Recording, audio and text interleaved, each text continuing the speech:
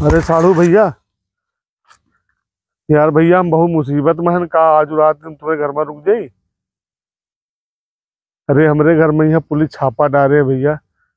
रात में मार रही, घर में नहीं रुक सकी थे। अरे छापा ये लिए मार रही है, यही रक्षाबंधन के पहले 2 आदमी गांव में आए रहे। तो कहा थे ढूंढत रहे कि बेरोजगार गांव में कौन कौन है। भैया पूरे गांव के लड़का सब इकट्ठा हो गए हैं। तो वही सब लड़कन में यहाँ हम ही कहीं यहाँ पास करें क्या। हम तो भैया पूछन कहा तुम पढ़े लिखे हो। हम कहा हाँ पढ़े लिखे हैं।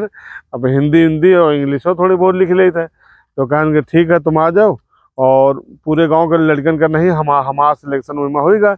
और भैया गए तो कहने ऐसा है कि तुम हमारी गरीबों की हेल्प करती है हमारी संस्था मिठाई की। तुम ऐसा करो कि तुम्हारे गांव में यहाँ जितनी भी औरतें हैं जिनका मनसबा बाहर रहा था, बाहर रह रहा है, उन उन लोगों की लिस्ट बना के लाओ।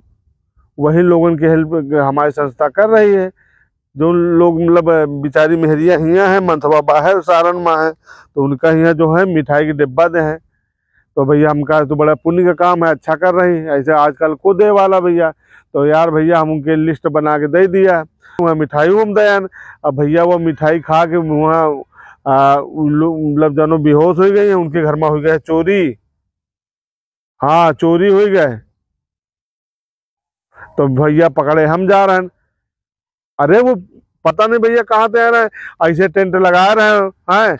और भैया हम सोचा कि जो है 7,000 रुपया मिल रहे हैं, तो राखी का त्योहार जो घर का मेरी एक खर्चा और चला गई वही माँ वो रक्षाबंधन में जाए तो एक हो जाए, मिठाई है तो मिल जाए। यही लालच में चले गए। हमका क्या पता रहा हमारे साथ यह साजिश हुई रही, गेम हो रहा भैया। पुलिस वाले हमका ढूंढ रहे हैं भैया। हाँ तो आज भैया तुम्हारे यहाँ नहीं ना घर में कहूँ बनते चले गो।